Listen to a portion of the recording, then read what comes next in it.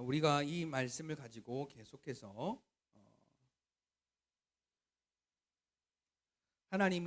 성령님이 우리에게 오셔서 책망하심으로 알게 하시는 것들을 우리가 지난 2시간에 걸쳐서 함께 나눴습니다. 자, 그런데 이 책망이란 것이 어떠한 의미를 가지고 있느냐? 잘못한 것에 대한 어떤 죄값을 받으라는 책망이냐가 아니란 겁니다. 그러면 우리 흔히 부모된 자로서 자녀들을 혼낼 때에, 자녀들은 부모님이 혼내면, 하랑아, 엄마가 하랑이 혼내면 기분이 어때? 자, 유한아, 아빠가 유한이 혼내면 기분이 어때? 나쁘지? 자, 그런데 하랑이가 유한이가 잘못한 건 생각이 나았나? 난다고? 혼날 때는 별로 안 나는 것 같던데. 그냥 혼나는 게 기분 나쁘지 뭐. 하나님이 우리를 자꾸 하나님의 말씀으로 책망하시는 이유가, 부모님들이 마찬가지잖아요. 우리 자녀들이 잘못된 길을 걸어가고 있는 데 대하여서 책망하는 이유는, 야, 너 그거 잘못된 거야. 그러니까 잘못된 길에서 돌아서 가지고 옳은 길을 가서 좋은 열매를 맺어라 라고 이렇게 옳은 것을, 좋은 것을 알려주기 위함이 바로 책망입니다. 그러니까 요즘은 더군다나 남의 자식 함부로 책망했다가는 큰일 나죠. 옛날에는 우더른이 아이들 훈계하는 것은 당연한 일이었는데 요즘에는 큰일 날 수가 있습니다. 그러니까 얼마나 세상이 완악해졌는지 몰라요. 어쨌든 뭐 그건 뒤로 하고, 책망하시는 이유, 우리를 하나님의 마음이 뭔지, 또 하나님의 사랑이 뭔지, 하나님의 은혜가 뭔지 그 말씀을 통해서 바로 알게 하셔가지고, 잘못 아는 거 말고 바로 알게 하셔가지고 우리를 통해서 하나님의 사람으로 온전케 하고 또 하나님의 선한 일을 행하게 하기 위함이다. 디모데후서 3장 16절 하반절부터 17절까지 우리를 교훈과 책망과 바르게 함과 의로 교육하기에 유익하다. 거기에 들어있는 책망이 다른 뜻과 똑같은 거예요. 같은 말을 다른 말로 해놓은 거거든요. 교훈과 책망과 바르게 함과 의로 교육하는 것. 자, 책망 말고 다른 말 보세요. 전부 지금 방향 제시하는 역할을 하는, 가르침의 역할을 하는 거예요. 뭐가 옳은가, 뭐가 그른가에 대한 것. 그러니까 책망은 잘못 알고 있는 것에 대한 바로잡음이라고 우리가 보시면 되겠습니다. 자, 죄에 대하여, 의에 대하여, 심판에 대하여. 지난주에 이것을 다 책망했다라고 말씀하세요. 책망하셨다. 말씀을 통해서 책망했고, 그래서 특히 이 심판에 대하여서는 오늘 우리는 심판과 상관이 있다 없다. 왜? 심판의 일이 이미 책망받아서 끝났기 때문에. 심판받아야 할 대상은 오늘 우리가 아니라, 그러니까 오늘 우리는 이렇게 생각하는 거죠. 내가 잘못한 게 많아. 내가 부족한 게 많아. 내가 모자란 게 많아. 내가 이렇게 잘못 살았어.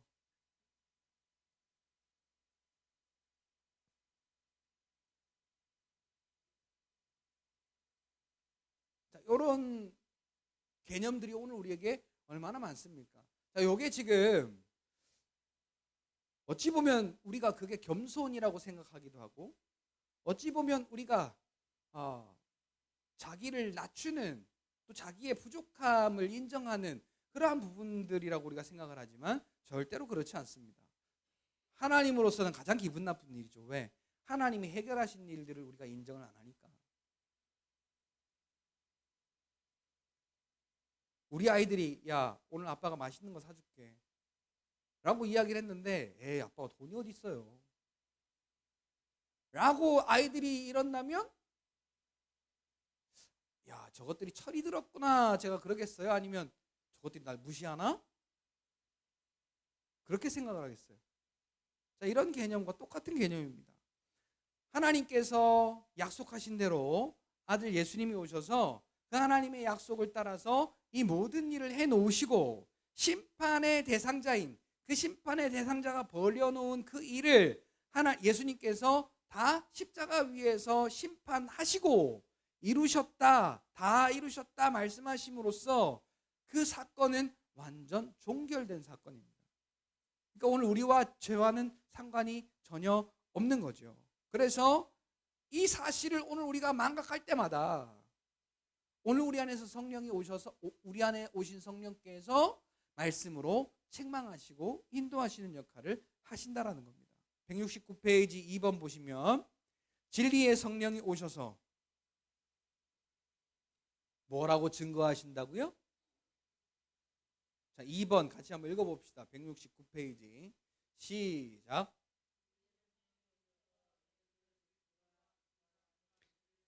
자, 그리스도, 크라이스트. 자, 이게 우리말로 말하면 뭐예요? 우리말이라고 하기보다는 한문적인 말로 말하면 뭐예요? 세 글자로. 자, 그리스도 구원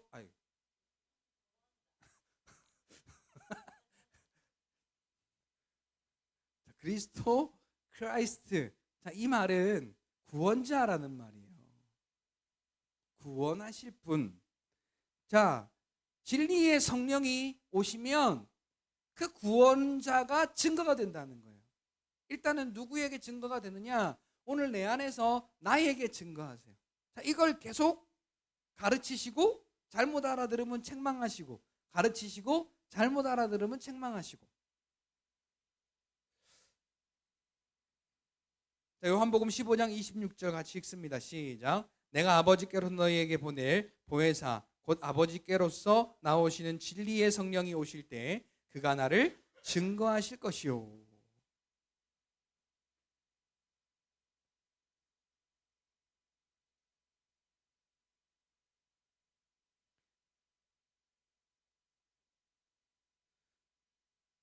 자, 보혜사 곧 아버지께로 나오시는 진리의 성령이 우리에게 오실 때에 그가 나를 증거하실 것이요.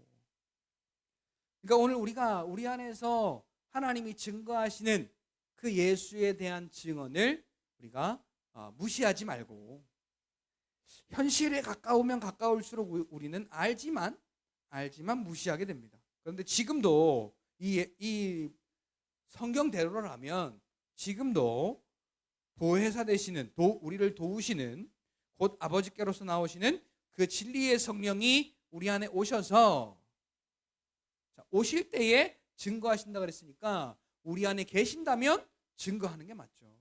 내가 듣느냐 듣지 않느냐라는 겁니다. 자, 여기 봐. 자, 이때 여기를 보면은 제 말을 듣는 거예요. 근데 끝까지 안 보고 땅을 쳐다보고 있으면 제 말을 안 듣는 거예요.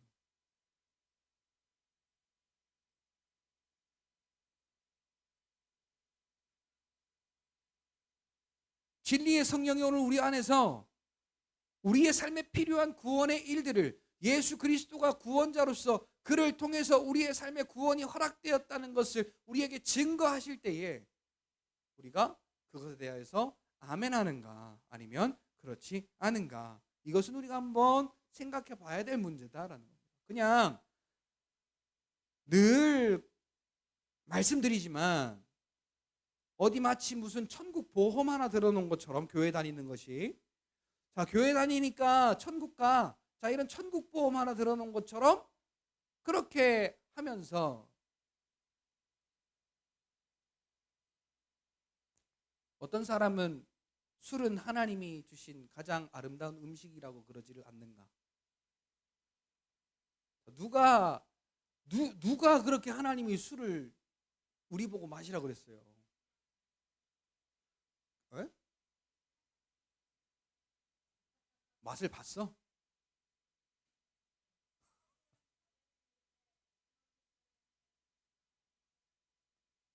비슷한 경험을 했구나. 난 술은 아닌데. 자, 어쨌든 하나님은 그렇게 말씀하신 적이 없어요. 우리가 우리의 어떤 요구에 맞게끔, 이 육신의 니즈에 맞게끔 하나님의 말씀을 바꾼 거예요. 자, 로마서 10장을 한번 찾아보세요. 자, 하나님의 뜻은 뭔가? 그런데 자, 메시아를 기다리는 그 이스라엘 백성들은, 그 유대인들은 하나님의 뜻은 구원인데 그들은 하나님을 기쁘시게 한다고 하면서 무슨 짓거리를 하고 있는가? 자, 로마서 10장 1절부터 3절까지를 문찬이 찾았냐? 빨리 찾아. 자, 로마서 10장 1절부터 3절까지를 크게 읽습니다. 자, 로마서 10장 3절.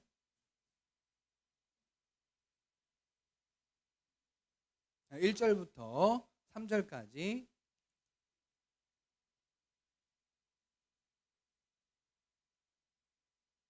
자, 다 같이 크게 시작.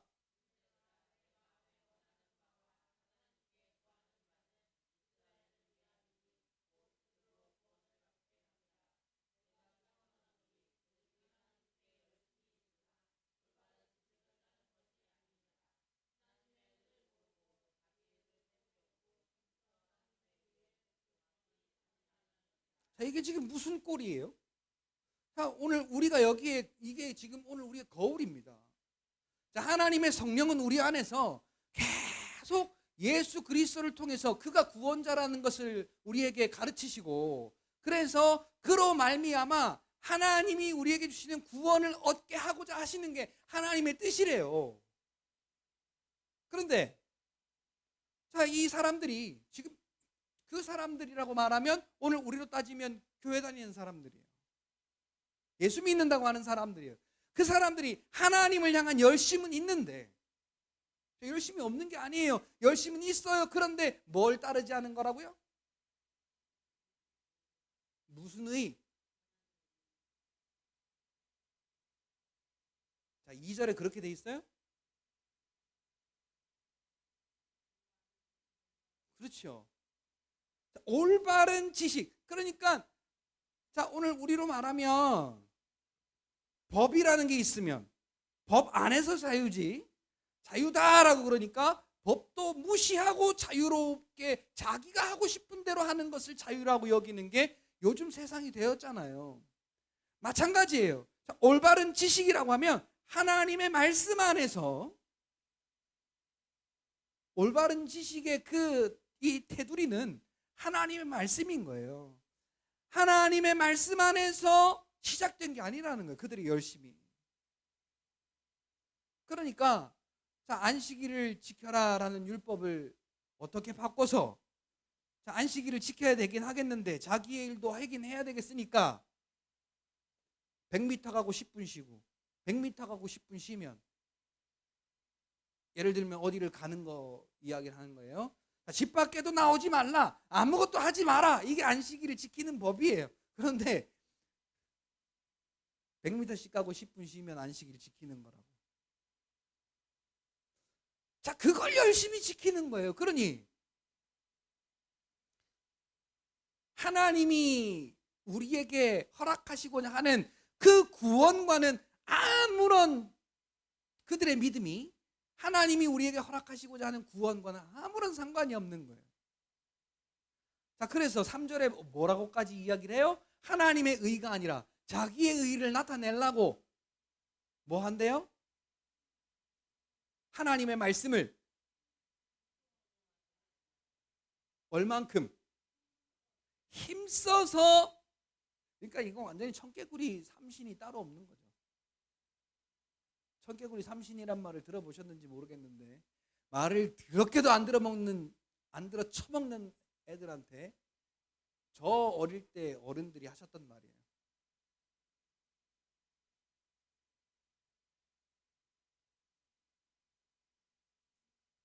그 청개구리 일화는 아시죠? 엄마 말 안 듣다가 엄마 죽고 나서 후회한 그 청개구리 이야기 아시죠? 자, 이렇게 오늘 우리가 잘못된 지식, 자, 올바른 지식이 아닌 잘못된 지식을 가지고 믿음이니 아니니, 신앙이니 신앙이 아니니, 구원이니 구원이 아니니, 이렇게 잘못 따지는 것에 대해서 오늘 우리 안에 오셔서, 우리 안에 오신 성령이, 예수를 믿는 자들에게 오신 성령이 오셔서 예수가 구원자 되심을 오늘도 증거하고 계신다는 사실입니다. 자, 그 예수님께서 죽음에서 부활하시고 승천하실 때 뭐라고 말씀하셨느냐? 누가복음 24장 47절에 너희는 위로부터 능력이 입히울 때까지 기다리라. 그리고 나서 그 전에 예수님이 십자가에 죽으시고 부활하신 이야기를 쭉 하면서 48절에 너희는 이 모든 일에 증인이라, 이렇게 이야기합니다. 자, 오늘 우리가 하나님의 말씀을 믿는다라는 것은, 자, 이 말씀 안에 기록된 그 하나님의 구원의 뜻이, 그 구원의 일들이 오늘 우리로 말미암아 증인되어야 할, 우리가 증인 삼아져야 할 그러한 사실이라는 겁니다. 그래서 49절 볼지어다 내가 내 아버지의 약속하신 것을 너희에게 보내리니 너희는 위로부터 능력을 입히울 때까지 이 성에 유하라. 그럼 반대로, 자, 능력을 입고서 어떻게 하라는 거예요? 그 능력으로 나가서 그 능력으로 살아라는 거예요. 자, 성령이 가르치시고 성령이 역사하시는 것을 따라 살아라. 자, 근데 그게 왜 그렇게 안 될까요? 우리의 육신의 소욕이 역사하는 것을 우리가 얼마나 쉽게 받아들이는가, 얼마나 쉽게 인정하는가. 자, 우리 약점이 다 있죠. 자, 각자에게 약점이 다 있어요. 자, 게으름의 약점도 있고요. 또 식탐의 약점도 있고요. 또 이 육신이 약한 것에 대한, 이 질병에 대한 약점도 있고요. 또 우리가 어떤 사람은 지혜가 없어서, 지식이 없어서 공부를 잘못하는 사람이 있잖아요. 자기 무식하다고 비난하는 사람들도 얼마나 많은지 모릅니다. 해보지도 않고. 자, 무식하다라고 하는 건 진짜 다른 건 모르겠는데 무식하다라고 하는 건 자기가 무식하다라고 자기 자신을 이미 딱 판단하고 결정내버리고 노력 자체를 안 하는 거예요. 자, 어쨌든 그러한 우리의 이 육신의 소욕이 하나님의 성령의 가르침을 가로막아서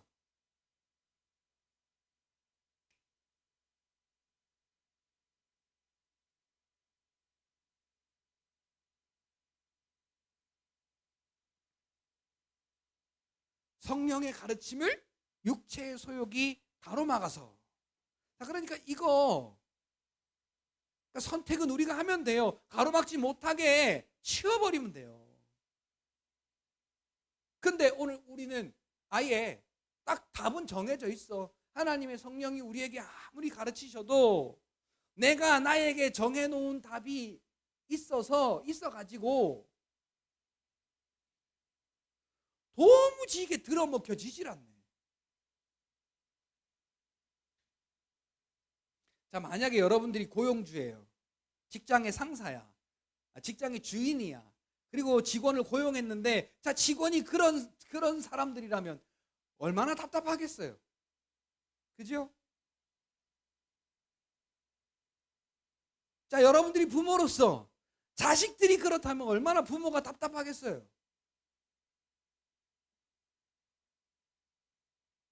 그러니까 성령이 어떠한 분인지, 그리고 성령이 오늘 우리 안에 오셔서 가르치는 그 가르침의 내용이 무엇인지를 우리가 알고 인정한다는 것은, 그러니까 이제 선택이 달라지는 겁니다.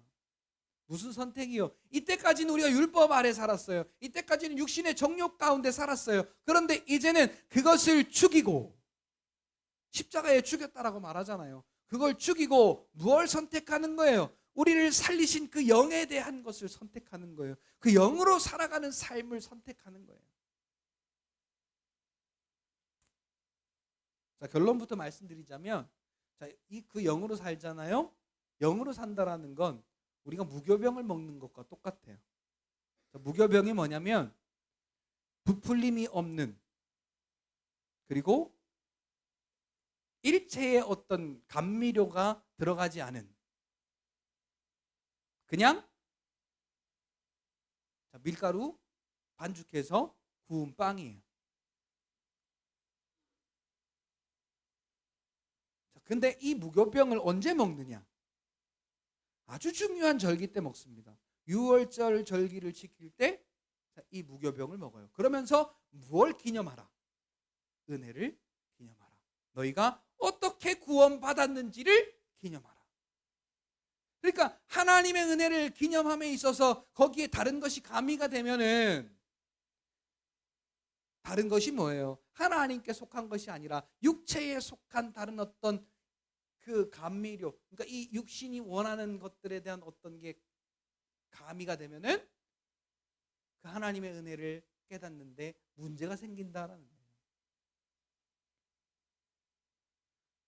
그래서 능력이 입히울 때까지 이 성에 유하라. 다시 말하면 능력을 줄 테니까 그 능력으로 살아라. 이제는, 지금까지는 그러지 않았지만 너희가 이 일에 증인된 자로서 이제는 이 육체 말고 너희들에게 능력으로 입히울 성령, 그 성령으로 살아라 라고 이렇게 이야기를 하고 있는 겁니다. 그러니까 예수님의 증인되는 조건은, 증인의 일을 할 수 있는 조건은 바로 능력인데, 이 능력은 사람의 능력이 아니라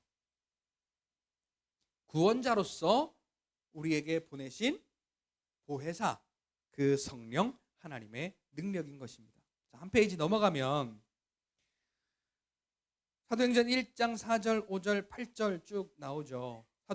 사도와 같이 모이사 저희에게 분부하여 가라사대 예루살렘을 떠나지 말고 내게 들은 바 아버지의 약속하신 것을 기다리라. 아까 누가복음 24장 48절에 말씀한 것과 똑같죠. 그리고 말씀합니다.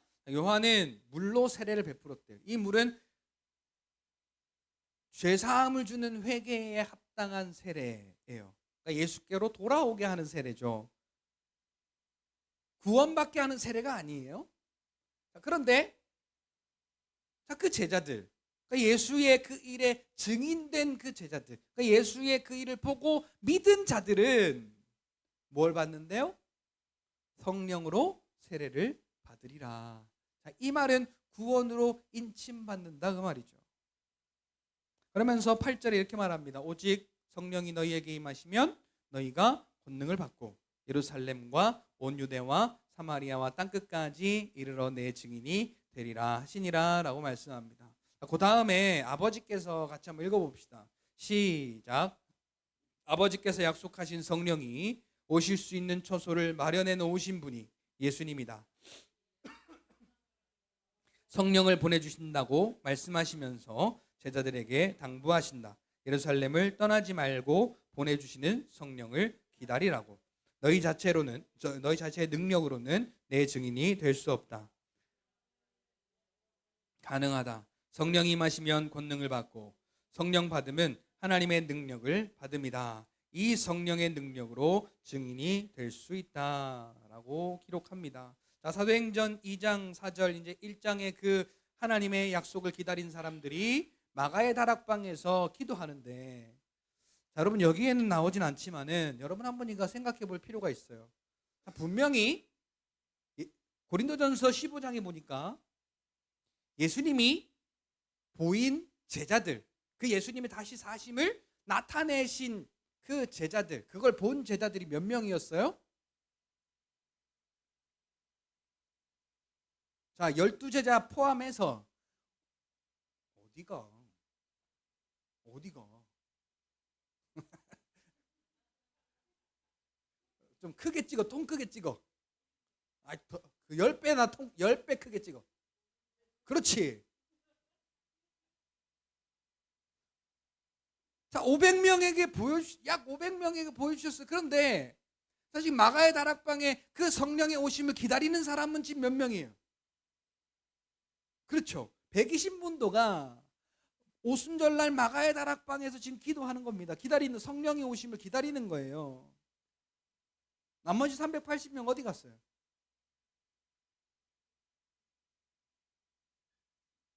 그러니까 여기에서 오늘 우리가 자, 율법적이냐, 윤리도덕적이고 율법적이냐, 아니면 은혜요 믿음이냐, 자, 이게 지금 판가름이 나는 거예요. 자, 하나, 예수님께서 십자가로 다 그의 죽으심과 부활로 해결했어.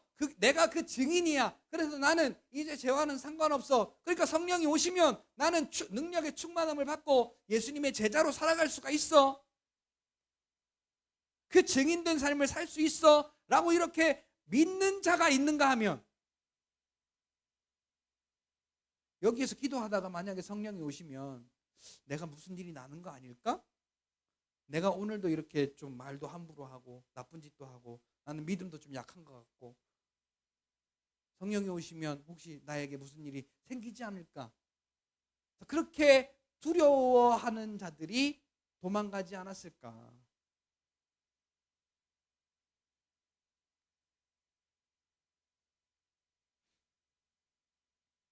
그런데 거기에 있던 모든 제자들, 120명 그 모든 제자들, 그러니까 사도행전 2장 4절 이렇게 말하죠. 저희가 다, 그러니까 120명 전부 다 성령의 충만함을 받고, 자, 그 성령의 충만함을 받은 베드로가 어떻게 사는지를 보세요.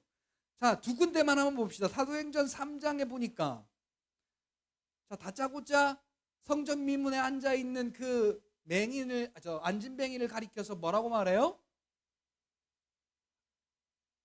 다짜고짜 일어나래요.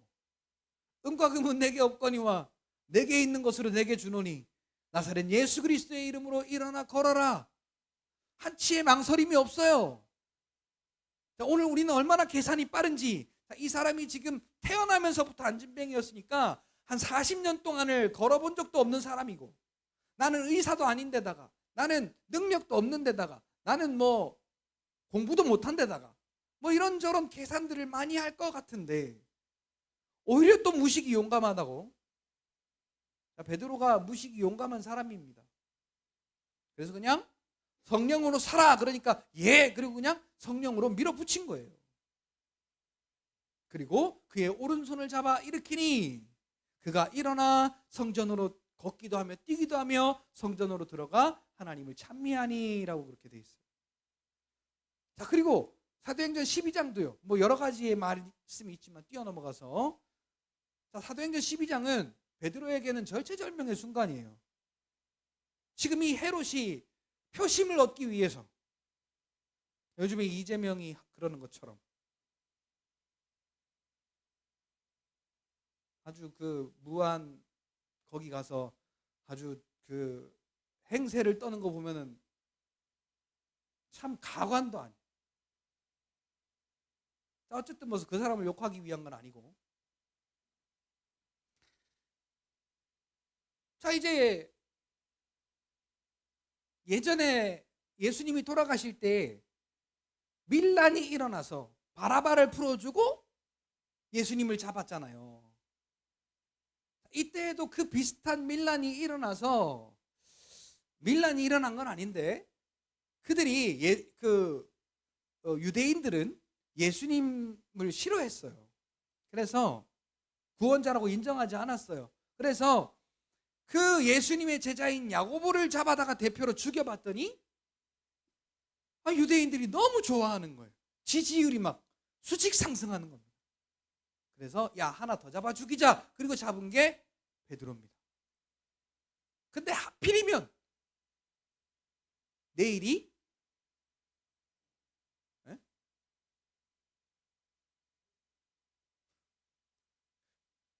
명절이에요. 명절. 유대인의 명절이 뭐겠어요? 그 유대교의 절기죠. 절기.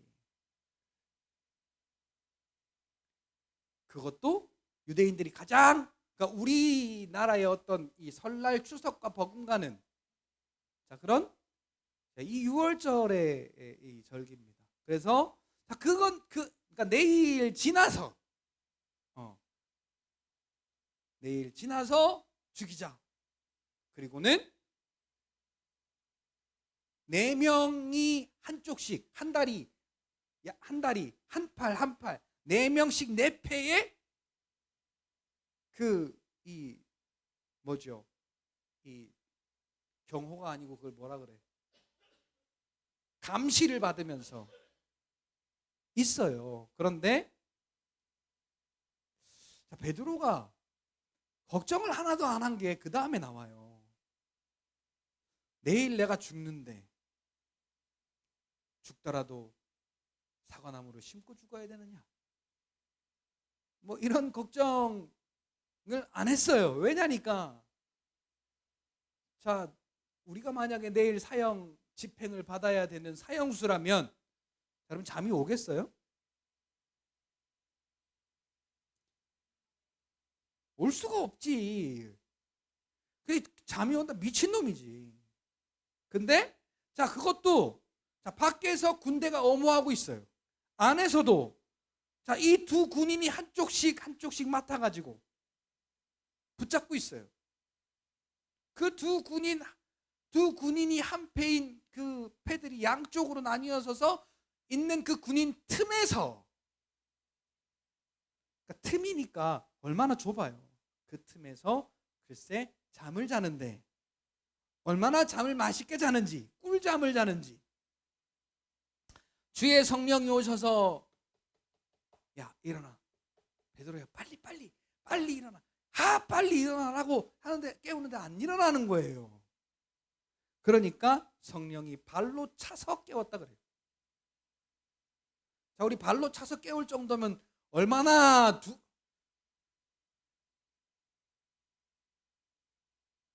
그런 사람들을 보고 자, 이 사람은 누가 어버가도 모르겠다라고 할 정도로 깊이 자는 사람들입니다. 근데 베드로가 지금 자, 감옥인 것도 감옥인데 자, 얼마나 삼엄하고 밖에도 자기를 지키는 군대들이 있고, 군인 하나가 아니라 군대가 있고, 그리고 여기 지금 내 몸에도 이쪽에도 장성한 그 험악한 험상궂은 군인 둘, 이쪽에도 둘, 거기에 지금 끼어서 잠을 자는데 자, 내일 죽을 사람이 너무나도 편하게 자는 거죠. 어떻게 이런 일이 가능하냐. 성령 충만하기 전에 베드로는 달랐어요. 예수님이 앞에 있었어도 예수님보다 풍랑이 더 크게 보이니까 풍랑을 보고 빠져갔던 베드로였죠. 그런데 성령의 충만함을 받은 베드로의 삶을 보니까 두려움이 사라지고 성령의 충만함을 따라서 그 성령이 역사하시는 그 능력대로 살아가는 그 삶을 보게 됩니다. 베드로의 능력으로는 절대로 불가했던 거죠. 베드로가 얼마나 그의 육신으로 살았을 때에 얼마나 부족한 사람이었는지는 여러분들이 너무나 잘 아실 겁니다. 그런데 성령 충만한 다음에 이 베드로의 삶은 예수의 이름으로 모든 것을 가하게 했던 그 예수의 이름이 완전한 구원자라고 증거했던 그러한 베드로입니다. 예수의 이름은 바로 성령의 능력이고 하나님의 능력이고 곧 말씀의 능력입니다. 자, 계시록 19장 13절 한 페이지 넘기셔서 같이 한번 읽어봅시다. 계시록 19장 13절 시작. 또 그가 피 뿌린 옷을 입었는데 그 이름은 하나님의 말씀이라. 자, 그가 누구냐면 바로 예수님이죠.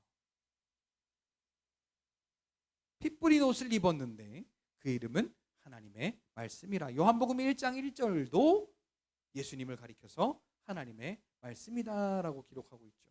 피 뿌린 옷을 입으신 분이 예수님이고 그 예수님이 말씀이 육신이 되어 오신 분이다.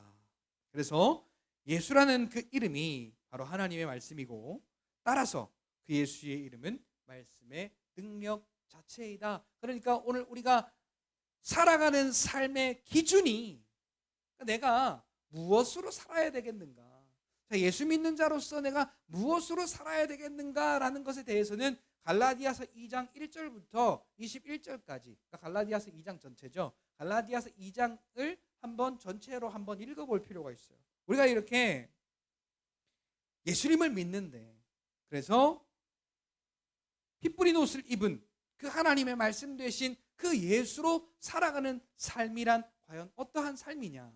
내가 뭘 인정하고 뭘 부정하는 것이냐? 그게 갈라디아서 2장 1절부터 21절까지. 그런데 21절에 만약에 예수님이 율법으로 죽었다면은 예수님께서 죽으신 것이 헛되이 죽으신 것이다. 그리고 2장 21절에 마무리를 하는 것이죠. 하나님의 말씀에 대하여 성경에 몇 군데 이야기를 하는 데가 있습니다.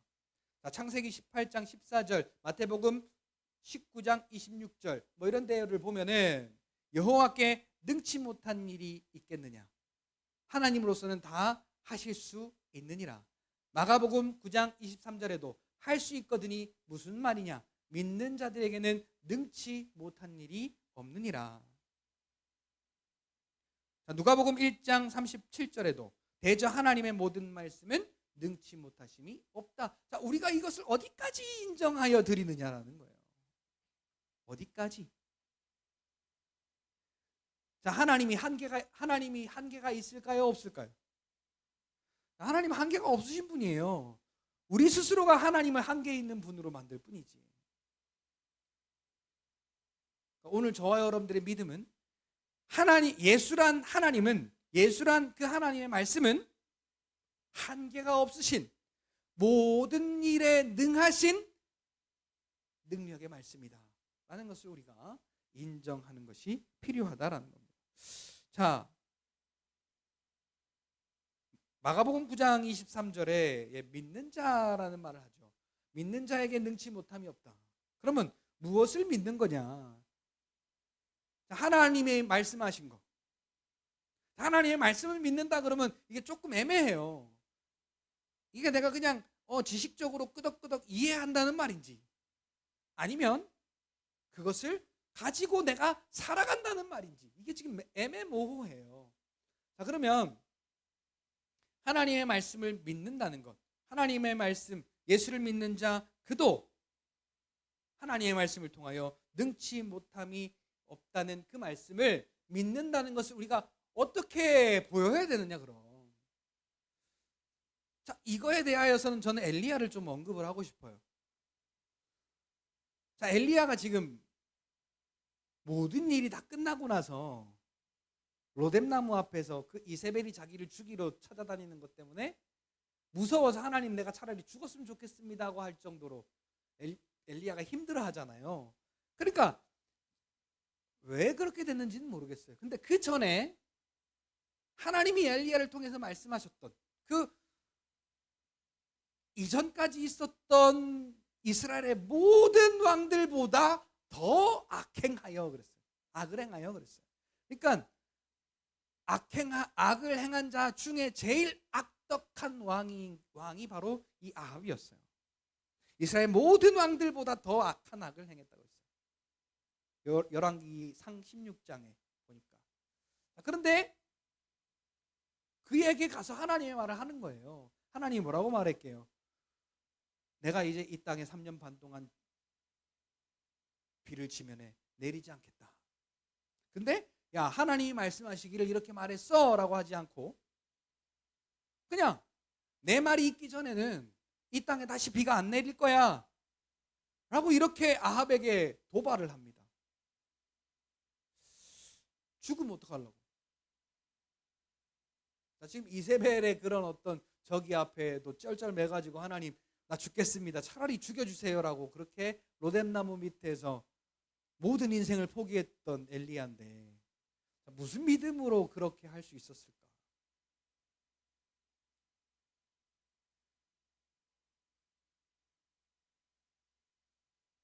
하나님이 하신 말씀을 하나님께서 온전히 성취하시는 그러한 능력의 하나님이심을 믿는 믿음이 있었기 때문이죠. 자, 그래서 쭉 가가지고요. 열왕기상 18장에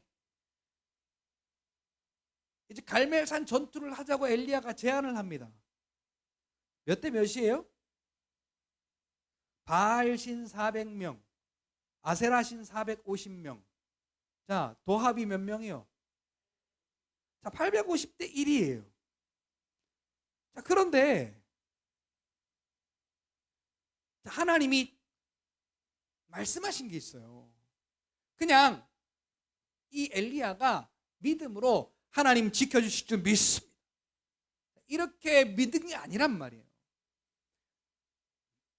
참, 열왕기상 18장 1절에 보니까 뭐래요? 하나님께서 내가 이제 이 땅에 비를, 누가 비를 내린다고요? 자, 엘리야가 두 무릎 사이에다가 머리를 쳐박고 하나님 앞에 간절히 기도해서 내린 비가 아니란 말이에요. 하나님이 말씀하신 것을 하나님이 성취하신 겁니다. 엘리야의 기도에 따라서 비가 오고 안 온 게 아니라, 그래서 야고보서 5장 17절 18절은 엘리야가 우리와 성정이 같은 사람이로되 그가 기도한즉 땅에 비가 내리지 않고 그가 기도한즉 다시 땅에 비가 내렸다. 그 말은 하나님의 말씀을 믿는 믿음으로 선포했더니 그가 선포한 대로가 아니라 하나님의 말씀대로 비가 안 왔고 하나님의 말씀대로 비가 온 거예요. 그러니까 우리가 기도를 잘하고 우리가 기도를 열심히 하고 우리가 뭐 작정 기도하고 금식 기도하고, 어제도 보니까 뭐 신년이라고 금식 집회하는 교회들 많더라고요. 그게 잘못됐다는 얘기가 아니에요. 그게 중요한 게 아니라는 거예요. 하나님은 뭐라고요? 말씀하신 대로 그 말씀을 성취하신다라는 거예요. 어느 누구에게나 믿는 자들에게 차별 없이 주시는 하나님의 은혜다라고 성경은 말합니다. 그래서 그것을 믿는 자가, 엘리야가 그것을 믿기 때문에 하나님이 비를 내리신다고 하셨기 때문에, 지금 갈멜산 전투가 있고 난 다음에 하늘에 뭐가 한 점도 없어요? 아니, 그러니까 상황을 봐요. 아니, 하나님 그렇게 역사했으면 뭔가 징조가 나타나야지. 비올 징조가 나타나야 되는데 구름이 한 점이 없어요. 너무 청명하게 맑은 거예요. 자, 엘리야가 불안했을까요? 안 불안했을까요? 자, 엘리야가 그게 불안해서 머리를 양 무릎에 박았던 게 아니에요. 18장 1절에 하나님이 말씀하셨던 그 말씀을 믿는 믿음이 있었기 때문에 하늘이 지금 구름이 한 점 없든 뭐가 어쨌든 간에 하나님이 말씀하신 것은 하나님께서 이루신다라는 그러한 확신이 있었기 때문에 그 믿음이 하나님 앞에 무릎 꿇게 만든 거예요.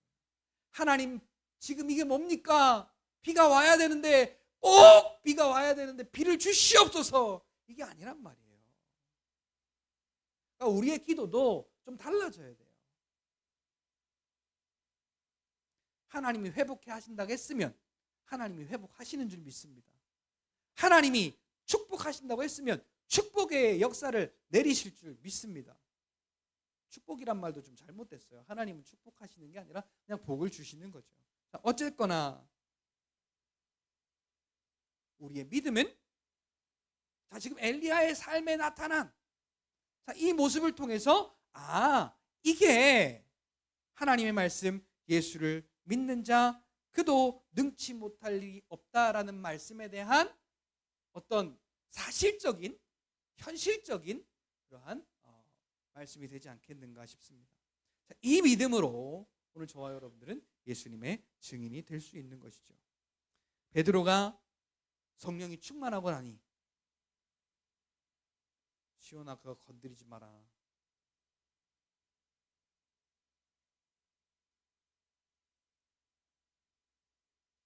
성령 충만한 베드로가 성령의 능력으로 예수 이름으로 안진뱅이도 일으키고 죽은 자도 살려내고, 또 매를 맞든지 감옥에 갇히든지 또 어떠한 어려움을 당하든지 또 어디에 있든지 무엇을 하든지 예수는 그리스도라 가르치기와 전도하기를 쉬지 않는 그런 완전히 달라진 믿음의 삶을 사는 자가 되었던 겁니다. 사도행전 3장 12절 15절을 보시면 베드로가 이것을 보고 뭘 보고, 자, 베드로가 이제 사람 하나 고쳐내니까, 그래서 그 고쳐낸 사람이 앉기도 하고 걷기도 하고 뛰기도 하고 막 이렇게 난리를 치니까 그것을 본 백성들이 베드로에게 몰려왔고, 그래서 베드로가 증거하는 그 예수 그리스도의 이름을 믿는 자들의 숫자가, 구원받는 숫자가 언제는 3,000명, 언제는 5,000명, 막 이 사람은 1,000단위로 놀아요. 그렇게 구원받는 자들의 수를 날마다 더하게 했던 자가 베드로다.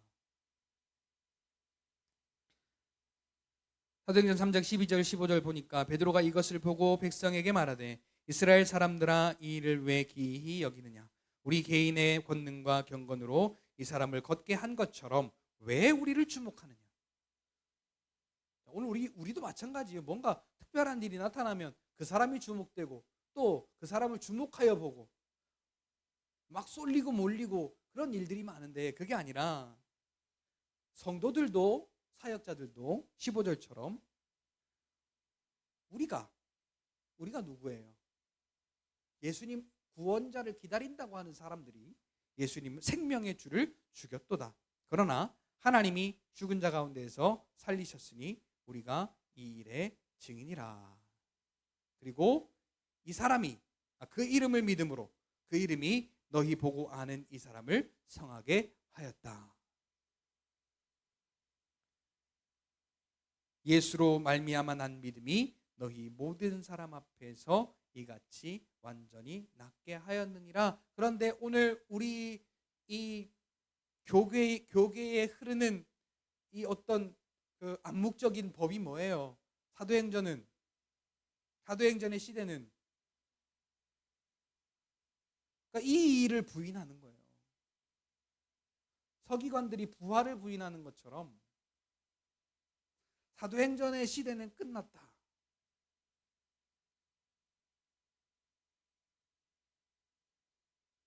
여기 변동에 여기 그 내동초등학교 이쪽 그 앞에 삼거리에 보면은 저기 그 하나감리교회라고 교회가 있는데, 거기에 이렇게 그 빨간 글씨로 엑츠 29 이렇게 써 있어요. 엑츠가 사도행전이잖아요. 사도행전 29장, 그 사도행전 29장은 우리가 쓴다라는 어떤 그러한 말이 예전에 이제 그 어떤 그 성령 집회 같은 데 가보면 사도행전 29장 얘기를 많이 해요.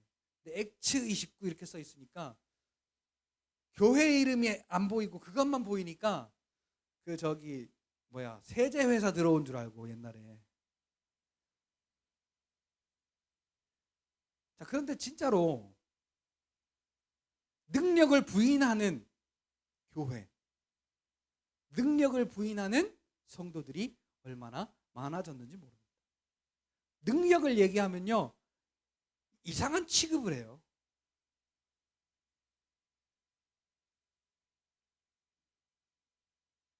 자, 그러면서 19절에 이렇게 말하죠. 이 말씀은 오늘 우리에게 꼭 필요한 말씀입니다. 사도행전 3장 19절. 그냥 이거 우리가 알고 넘기는 게 아니고요, 우리가 좀 알아야 될 내용이면서, 자, 이건 좀 믿음으로 간직하고 믿음으로 우리가 이걸 살아가야 할 내용입니다. 뭐냐면, 자, 19절 같이 한번 읽어봅시다. 시작. 그러므로 너희가 회개하고 돌이켜 너희의 죄 없이 함을 받으라. 이같이 하면 유쾌하게 되는 날이 주 앞으로부터 이를 것이요. 16절 아까 우리가 읽었지만 예수로 말미암아 난 믿음이 너희 모든 사람 앞에서 이같이 완전히 낫게 하였느니라. 그 앞에 16절 제일 앞에 그 이름을 믿음으로, 그 이름이 너희 보고 아는 이 사람을 성하게 하였나니. 그러니까 이 사람을 완전히 낫게 한 사람은 예수의 이름인데, 예수의 이름으로 말미암아 난 너희의 믿음이, 그러니까 그냥 우리의 믿음이 이런 지식적인 믿음, 현실적인 믿음, 종교적인 믿음이 아니라 예수가 구원자라고 확실히 인정하는 그 믿음이 이 사람을 낫게 한 것뿐만 아니라 오늘 저와 여러분들도 낫게 할 뿐만 아니라 오늘 저와 여러분들을 통해서 베드로처럼 성령의 역사가 이렇게 나타나게 되는 줄 믿으시기를 예수님의 이름으로 축복합니다. 자, 이게요 유쾌하게 되는 거예요. 오늘 우리의 삶이 유쾌하게 되는 거라고요. 변비약 파는 광고 보면은 제일 마지막에 뭐라 그래요? 유쾌, 상쾌, 통쾌. 자, 유쾌, 상쾌, 통쾌하면 얼마나 기분이 좋겠어요, 그죠? 그러면 사망이 어떻게 우리를 건들겠는가, 감히. 자, 마지막 읽고 마치겠습니다. 같이 읽을까요? 베드로는 시작. 베드로는 성령의 권능을 받고 성령의 권능, 즉 예수 이름으로 안진뱅이를 걷게 함으로 이를 통하여 예수의 증인으로서의 일을 하고 있다. 이와 같이 성령께서 오셔서 권능으로 예수의 증인의 일을 하신다. 아멘. 우리 다음 시간에 마귀의 합법과 불법 21번 우리 함께 하고요. 우리 찬양 하나 하고 마치겠습니다.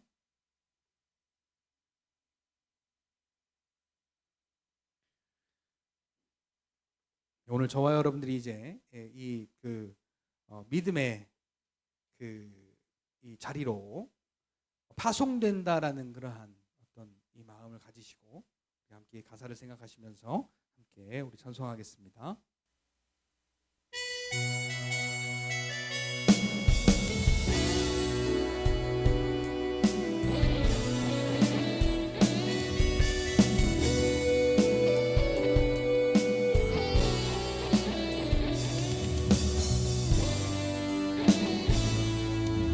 가는 길에 주의 평강 있으라.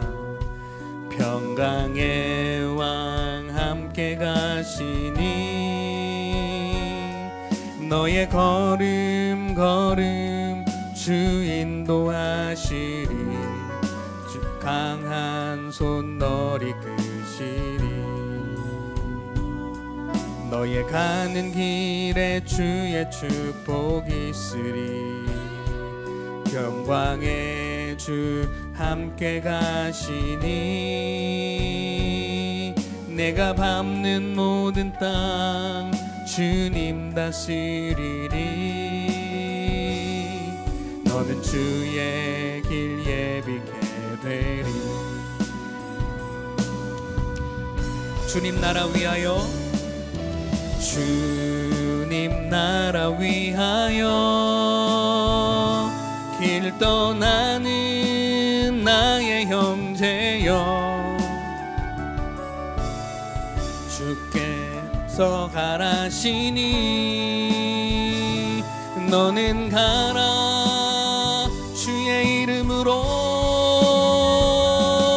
거칠은 광야 위에 꽃은 피어나고 세상은 내 안에서 주님의 영광 보리라. 강하고 담대하라. 세상 이기신 주늘 함께 너와 동행하시며 내게 새 힘 늘 주시리. 우리 옆에 있는 분들 함께 축복하시면서 너의 가는 길에 주의 평강 있으라. 평강의 왕 함께 가시니 너의 걸음 걸음 주 인도하시니 주의 강한 손 널 이끄시리. 너의 가는 길에 주의 축복 있으리. 영광의 주 함께 가시니 주 함께 가시니 네가 밟는 모든 땅 주님 다스리리. 우리 믿음으로 고백합시다. 너는 주의 길 예비케 되리. 주님 나라 위하여 길 떠나는 주님 나라 위하여 위하여 길 떠나는 나의 형제여, 주께서 가라시니 주께서 가라시니 너는 가라 주의 이름으로. 거칠은 광야 위에 꽃은 피어나고 세상은 내 안에서 주님의 영광 보리라. 강하고 담대하라 세상 이기신 주 늘 함께 너와 동행하시며 내게 새김. 우리 마지막으로 함께 선포하시면서 주님 나라 위하여 길 떠나는 나의 형제여, 주님 나라 위하여 길 떠나는 나의 형제여, 주께서 가라시니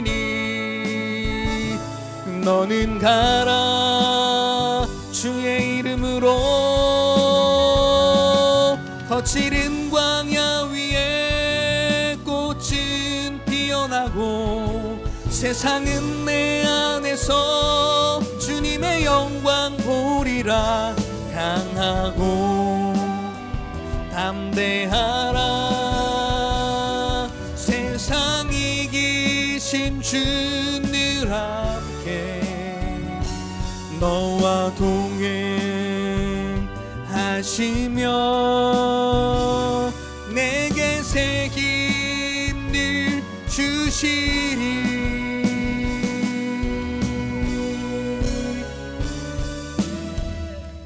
기도하겠습니다. 이제는 우리 구주 예수 그리스도의 은혜와 하나님 아버지의 사랑하심과 성령 하나님의 위로 축복 교통 내주하시는 역사하심이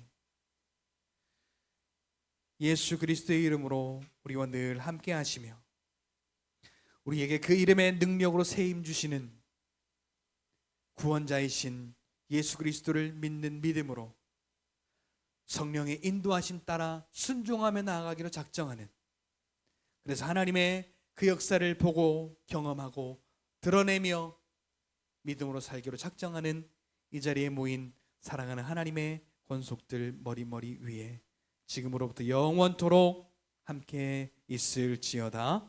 아멘.